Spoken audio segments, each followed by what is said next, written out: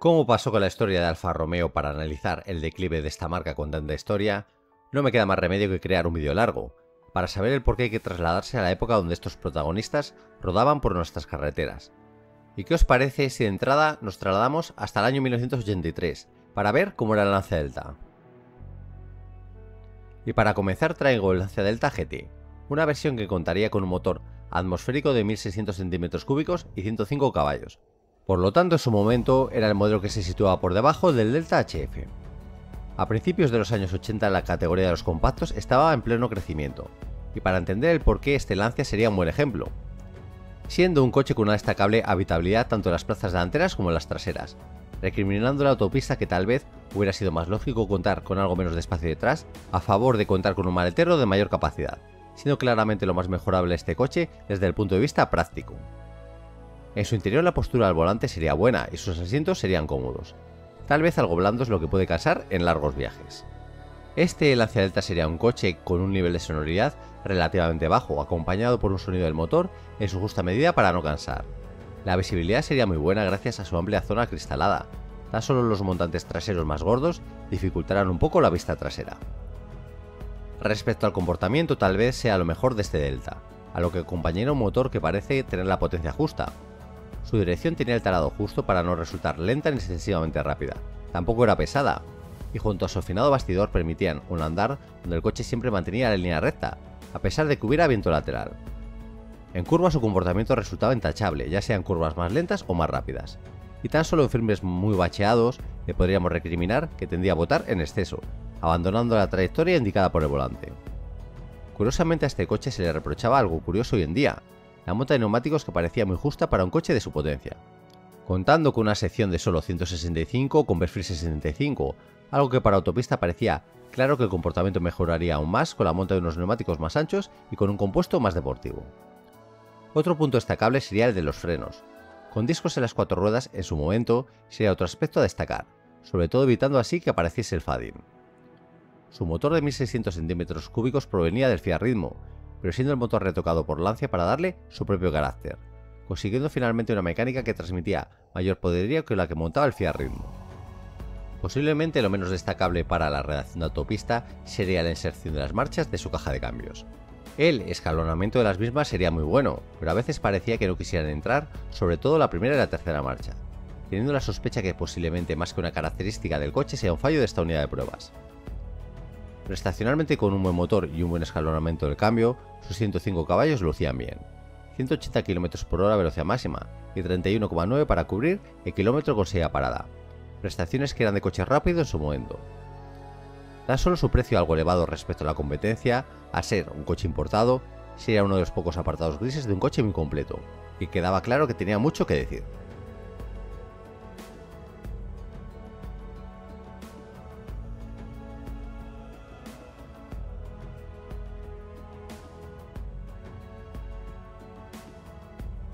En los 80 el Lancia Prisma era la berlina tamaño medio de la marca Touring, un modelo que saldría años después del lanzamiento del Delta, pero siguiendo el ADN de su hermano menor.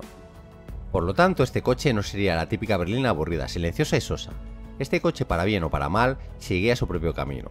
Aceleraba con rabia, frenaba con energía y tenía una buena dirección. Por el contrario, su motor sería poco elástico, haría ruido y su caja de cambios admitiría varias mejoras. Como bien explicaban, esta berlina estaba enfocada para aquel que buscara distinción. El Lancia Prisma contaba también con un cuadro de instrumentos futurista, con una tapicería con tejido y diseño de un tal Hermenegildo Cegna, que supongo que sería destacado en su momento. Su motor sería el mismo que el que montaba el Delta en la prueba anterior, siendo un motor con un carácter deportivo, siendo un motor que a bajas vueltas no tenía respuesta, pero que a partir de 3300 vueltas tiene una respuesta que transformaba este Prisma en un pequeño cohete, considerando evidentemente que no dejaban de ser solo 105 caballos. Para aprovechar también la potencia se encargaba un escalonamiento del cambio que, como en el Delta anterior, era perfecto. Pero al igual que autopista, motor 16 encontraría el mismo problema, resultando las inserciones de la palanca de cambios muy duras, pecando también de falta de precisión.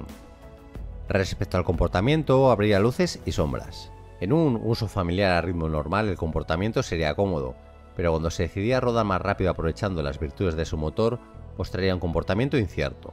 No era un coche que siempre fuera subvirador o sobrevirador. Era un coche que en función del ritmo que lleváramos nos podía sorprender con diferentes reacciones, sorprendiendo en ocasiones a su conductor, deslizándose lateralmente o yéndose de atrás si conducimos muy rápido. Como hizo Motor 16 con el Delta, también destacarían sus frenos de disco en las 4 ruedas, siendo muy resistentes a la fatiga. También contaría con una dirección que nos resultaba muy pesada, sobre todo una vez iniciamos la marcha. Como podemos ver prestacionalmente, este motor en el Prisma lucía menos que en el Delta, reivindicando 171 km/h a velocidad máxima y poco más de 34 segundos para cubrir el kilómetro con sella parada. Este Lancia Prisma lograba paliar la falta de maletero del Delta, siendo un aspecto en el que el Prisma destacaba. Su interior con tapizados aterciopelados que se replicaban en los asientos, techos y guarnecidos de las puertas le daban un toque diferente y personal. Eso sí, sus asientos delanteros pecaban de poca sujeción lateral, lo que hacía que el cuerpo bailara si afrontábamos las curvas con decisión. El problema del Prisma es que, siendo un coche familiar, su confort sería claramente mejorable, con un motor ruidoso y con un electroventilador que se notaba cuando se conectaba, transmitiendo vibraciones al habitáculo. A eso se sumaría también unos tapizados excesivamente calurosos, pegas que no deberían de estar en una berlina de uso familiar. Otros aspectos positivos de este coche sería su amplio equipamiento de serie, contando en el año 1983 con 4 elevalones eléctricos, cierre centralizado en las puertas y reposacabezas en todas las plazas. Su acabado sería superior si lo comparábamos al resto de marcas de coches italianos. Eso sí, como en todo coche italiano, alguna sorpresa nos tendría que traer, y en este caso sería el deficiente ajuste de su guantera. Respecto a sus rivales, su precio no parecía exagerado teniendo en cuenta lo que ofrecía, lo equipado que estaba y que en su momento esta marca italiana era una marca que aportaba algo más. 1.643.000 pesetas sería lo que habría que pagar por este Lancia, siendo un precio algo superior al de un Opel Ascona, pero bastante menos que el de un Audi 80 o un BMW Serie 3 equivalentes, coches que en su momento rozaban o superaban claramente la barrera de los 2 millones de pesetas.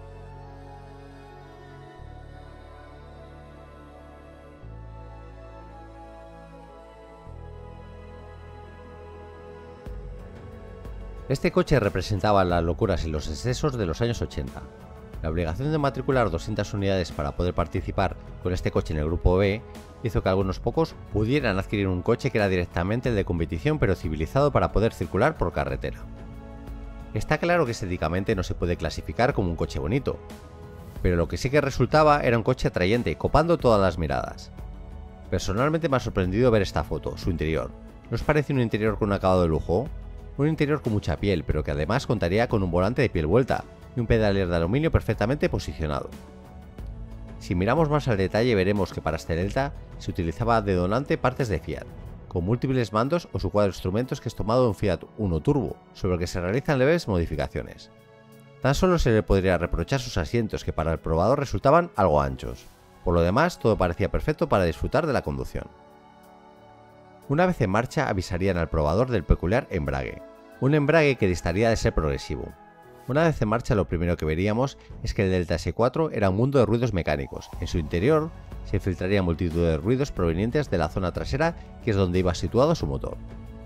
Un motor de 1800 cm3 con doble sobrealimentación, contando con un compresor volumétrico que actuaba a bajas vueltas y un turbocompresor que proporcionaba sobrepresión a elevados regímenes de giro.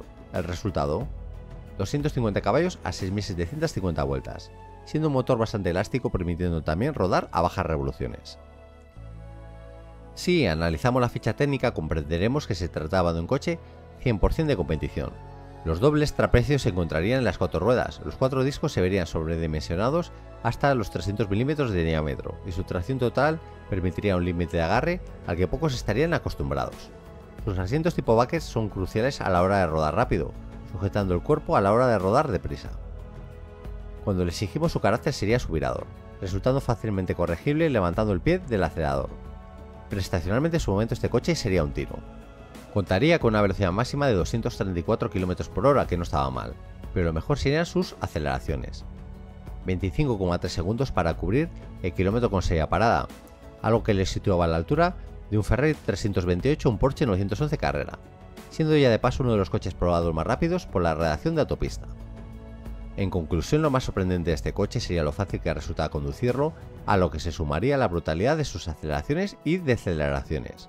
Un coche que en su momento en Italia costaba el equivalente a 11 millones de pesetas, un precio que más que un gasto en su momento sería una clara inversión.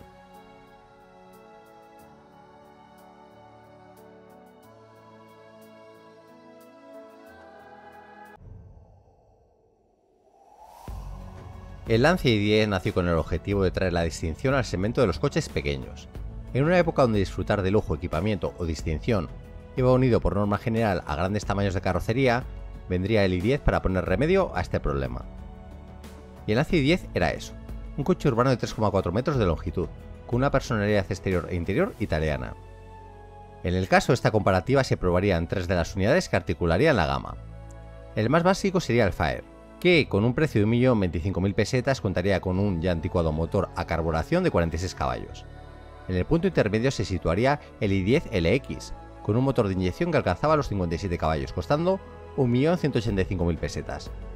En el otro extremo se situaba el GT, con un estilo diferente con neumáticos más grandes, salpicadero con tapizados específicos y asientos también de nuevo diseño, al menos estéticamente. La variante GT ofrecía 78 caballos y habría que pagar por ella 1.369.000 pesetas. Uno de los puntos destacables del coche sería su interior. Por un lado, su interior tenía más estilo que los coches pequeños de la competencia y por otro, su habitabilidad era buena teniendo en cuenta sus diminutas dimensiones.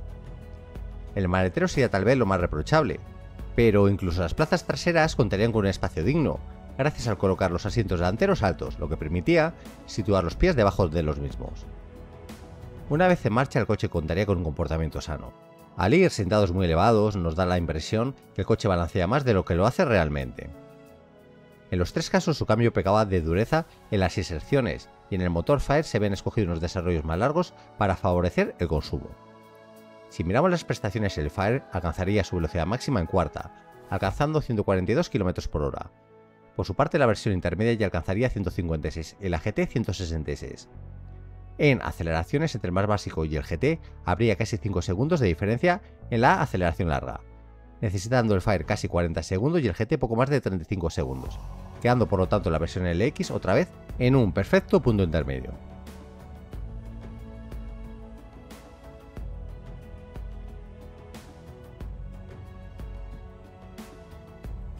Esto ya ha pasado a la historia, una época donde quien buscara una berlina de representación tenía 12 opciones donde elegir, alemana, japonesa, italiana, francesa para todos los gustos. Para presentarlos los dividiremos en 3 bloques, los que contaban con un precio del entorno de los 4,5 millones de pesetas, los que ya se acercaban a los 5 millones de pesetas y los que se acercaban peligrosamente a la barrera de los 6 millones de pesetas. Del primer grupo sería el Ford Scorpio el más barato, con un precio que por poco no llega a los 4,5 millones de pesetas. El Lancia Thema superaba ligeramente esta cota de precio y por su parte, una de las novedades de la prueba, el Citroën XM, situaría su precio en algo más de 4,6 millones de las antiguas pesetas. De estos tres, tanto el Ford como el Citroën contarían con mecánica V6, conformándose este Lancia con un motor de solo 4 cilindros pero con turbo. En el siguiente escalón de precio del entorno de los 5 millones de pesetas tendríamos 5 opciones. El más barato de este grupo sería el Alfa Romeo 164, que por poco no llegaría a los 5 millones de pesetas. Algo que también pasaría con el Renault 25 V6 Turbo. El Opel Senator superaba ligeramente la cota de los 5 millones de pesetas. Por su parte, el Rover 827 Stirling y el Mercedes 260e serían dos coches ligeramente más caros que el resto de contendientes de este grupo, costando 5,2 millones de pesetas el primero y 5,3 el segundo. En este grupo todos contarían con mecánicas de 6 cilindros, sumando además el turbo en el caso del Renault. Finalmente serían 4 los que se codearán con los 6 millones de pesetas. El Audi 200 Turbo, el BMW 530i, el Saab 9000 y el Mazda 929 se moverían en el entorno de los 5,8-5,9 millones de pesetas, algo que en el momento de la prueba 1990 costaba más que muchos pisos. En este grupo es donde habría mayor diversidad mecánica, montando el Mazda motor V6, el BMW una mecánica de 6 cilindros pero en línea, el Audi contaría con un motor 5 cilindros pero con turbo, y este Saab se conformaría con un motor de 4 cilindros pero también con turbo. De los 12 sobre el papel el más potente sería el Audi 200 Turbo, con 200 caballos, siendo el menos potente el Ford Scorpio que se conformaría con solo 150. Ahora comencemos. Y analizando los contendientes de entrada, la gran novedad sería el Citroën XM. Galardonado como mejor coche del año en Europa, en su momento entró con todo al grupo de las berlinas de representación. Como puntos fuertes estaría su sofisticado sistema de suspensiones, su precio siendo de los más baratos, a lo que se juntaría un equipamiento de serie muy completo. Como pega, su consumo sería de los más altos de los 12 coches presentes, y su acabado interior era claramente mejorable comparándolo con las berlinas alemanas. El Alfa Romeo 164 era un duro rival para el XM, siendo algo más caro pero contando con una línea también muy personal y un motor buso que sería uno de los que lograba las mejores prestaciones del comparativo. Como puntos negativos, su equipamiento de serie era inferior al del XM y su habitabilidad interior también era menor que la del coche francés. Comparando el Audi 200 Turbo con el Citroën prácticamente en todo se vería superior. Su motor era más potente, su habitabilidad sería mayor gracias a su mayor tamaño exterior y la calidad de terminación de su interior también estaría mucho más cuidada. Pero claro, costaba 1.200.000 pesetas más y además contaría con un equipamiento de serie más espartano, por lo tanto, se podía considerar que este Audi se situaba en otra liga económica. Algo similar pasaba con el BMW. Su motor era mejor que el del Citroën, su calidad interior también y sobre todo, este BMW era un coche muy equilibrado donde todos los apartados serían puntuados con muy buena nota. En él todo, motor, comportamiento, confort, serían apartados donde destacara frente a sus rivales. Eso sí, como el Audi también era claramente más caro que el Citroën XM, contando también con un equipamiento de serie con más de una laguna. Dos de los principales rivales del Citroën XM serían el Ford Scorpio y el Lancia Thema. El primero contaría con el hándicap de ser de lejos el menos potente, conformándose con solo 150 caballos, estando de esta forma en clara desventaja frente a la competencia. Como puntos positivos sería el más barato de todos, y su acabado interior sería mejor que el del modelo francés. Un rival más duro sería el Lancia Thema. Su motor sería el que lograría las mejores prestaciones del comparativo, bajando de los 28 segundos en los 1000 metros con serie parada, necesitando 29,9 segundos el XM para cubrir esta medición. A eso se sumaba un precio ligeramente inferior en el Lancia, siendo un coche también muy equipado y contando con un acabado que sin ser de los mejores, se situaba ligeramente por delante del acabado del Citroën XM. Respecto al Mazda 929 en el momento de la prueba, se situaba ya con un modelo desfasado. En su momento, al igual que Citroën, aportaba tecnologías innovadoras, contando con unas sofisticadas suspensiones, un amplio equipamiento y un acabado ejemplar. En el momento de la prueba, el año 1990, rivales mucho más baratos aportaban lo mismo, por lo tanto, a saber que es el más caro de todos los presentes, resultaba complicado justificar su compra. Curiosamente, este Mercedes no era de los más caros, pero había truco. La política de Mercedes era vender su coche pelado de equipamiento y que fuera el comprador el que eligiera cuánto quería equipar a su nuevo Mercedes. Siendo de entrada 700.000 pesetas más caro que el XM, esta diferencia se duplicaría si igualábamos el equipamiento. Este Mercedes destacaría con un comportamiento que nunca te pondría en apuros, una habitabilidad que siempre estaría entre las mejores y, como no, un acabado de primera. Respecto al Opel Senator tendría un hándicap frente al XM, su precio, siendo 400.000 pesetas más caro que él. Su motor era ligeramente más potente y lograría una mayor velocidad punta, pero por culpa de unos largos desarrollos sucumbiría frente al Citroën en aceleraciones y recuperaciones. Al igual que el Citroën venía bien equipado y su acabado resultaría mejorable respecto a la competencia. Su look interior resultaba también menos atractivo que el del Citroën, logrando eso sí una habitabilidad ligeramente mejor que el del modelo de los Chevrones. El otro francés sería otro duro rival para el XM. Su motor también sería V6, pero contrarrestaba su menor cilindrada con la ayuda de un turbo. Gracias a ello el motor del Renault 25 resultaba más potente pero menos progresivo, teniendo un peor rendimiento a bajas vueltas que el del Citroën. El XM además resultaría 300.000 pesetas más barato que el Renault. También vendría mejor equipado, pero eso sí, el acabado interior del Renault 25 sería claramente mejor. El Rover 827 contaría con características similares al XM, copiando lo bueno y lo malo. Las prestaciones que desarrolla su motor son similares a las del Citroën y su comportamiento, a pesar de no contar con unas suspensiones sofisticadas, no le iba muy a la par. Pero resultaba menos habitable que el Citroën, era claramente más caro, superando la barrera de los 5 millones de pesetas. Y al igual que el Citroën, a pesar de venir bien equipado, necesitaría mejorar su calidad de acabados, la cual resultaba mejorable. El SAN 9000 gracias al turbo lograría extraer 175 caballos de potencia de su motor de solo 2 litros, siendo más potente que el Citroën XM. Prestacionalmente lograría una mayor velocidad máxima, quedando en empate en aceleraciones. El motor del sueco resultaba claramente menos sediento que el del francés, eso sí. A bajas revoluciones el motor del XM gozaría de un mayor rendimiento. El problema de este coche también sería su precio, costando 1.200.000 pesetas más que el Citroën XM. Realmente estaba claramente mejor acabado que el francés, pero tal vez la diferencia económica sería excesiva. Finalmente, si analizamos las prestaciones, habrá dos alumnos aventajados, los dos italianos, el Alfa Romeo 164 y el Lancia Thema. En ambos casos superaban los 220 km/h de velocidad máxima, bajando de los 8 segundos en el 0 a 100 y metiendo un mundo de décimas a sus rivales, tras recorrer el kilómetro con sella parada, parando el crono en 28,3 segundos el Alfa y en 27,6 el Lancia Thema. En el otro extremo estarían los tres peores, los cuales serían el Mazda 929, el Ford Scorpio y el Opel Senator, los cuales necesitaban alrededor de 10 segundos para hacer el 0 a 100 y 31 para cubrir el kilómetro con sella parada. La conclusión podría ser que la novedad de la comparativa del Citroën XM llegaría al mercado con buenos argumentos para seducir a aquel que buscara una berlina de este tipo, dando mucho a un precio bastante ajustado, teniendo como principales pegas su elevado consumo y una calidad de acabados mejorable. De esta forma entraría a lucha con otro coche que en su momento se mostraba como uno de los más equilibrados teniendo en cuenta su precio, el Lancia Thema, que como podemos ver en esta comparativa hizo un gran papel.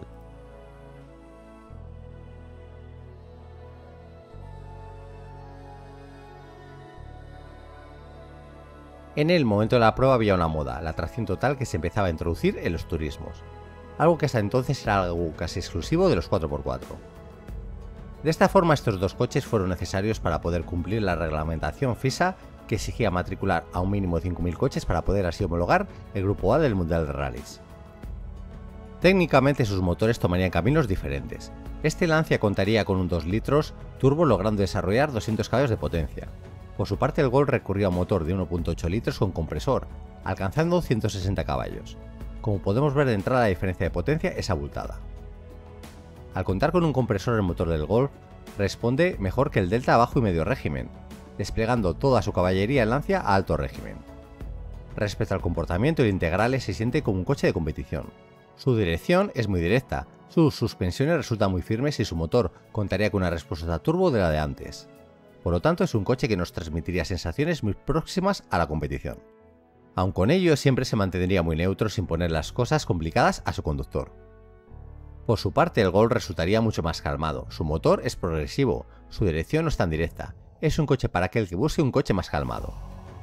En su interior el ambiente del Lancia sería más exclusivo, contando con un cuadro de instrumentos específico y con mucha información. Por su lado el Golf en este apartado sería más tradicional. Respecto a su sistema de tracción habría grandes diferencias. De entrada el sistema de tracción del Lancia repartiría más potencia al eje trasero, variando ese reparto en función de las necesidades de agarre. Por su parte el Volkswagen mantendría la tracción delantera normalmente, y un acoplamiento viscoso se encargaría de transmitir potencia a las ruedas traseras cuando fuera necesario. Prestacionalmente no habría sorpresas. En velocidad máxima el Golf Rally lograría alcanzar los 209 km/h y el Integrale 218, pero sería realmente en aceleraciones donde más se impondría la potencia. Este Delta Integrale sería un coche que solo necesitaba 6,4 segundos para cubrir el 0 a 100 y 27,3 para cubrir el kilómetro con sella parada. El Golf, sin ser lento, se acercaba a los 8 segundos en el primer registro, necesitando 28,7 para recorrer los 1000 metros con sella parada. Con un precio de 4 millones de pesetas el Golf y 4.183.000 pesetas el Integrale, habría que considerar que los frenos ABS que son de serie en el Golf sería equipamiento opcional en el Lancia, teniendo que desembolsar por ellos 269.990 pesetas. Por último quiero recalcar lo que se ve en esta tabla. De 2.872 Deltas que se vendieron en España, 212 serían Integrale, y de 30.842 unidades del Golf, solo 64 pertenecerían al Golf Rally. Por lo tanto, quedaba claro cuál era el favorito del aficionado.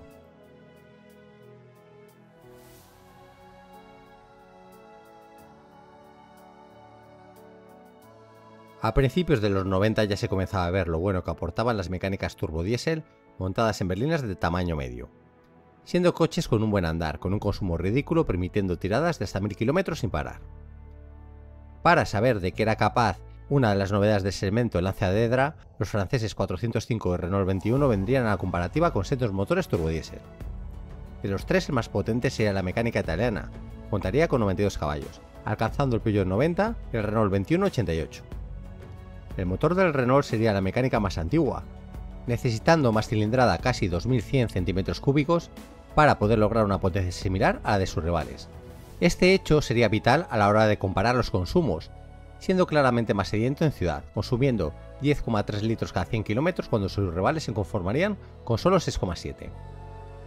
Analizando cómo se mueven, los tres se tratarían de berlinas calmadas, con suspensiones suaves y de carácter subvirador, pero sería el Peugeot el que aportaría algo más si decidíamos rodar rápido.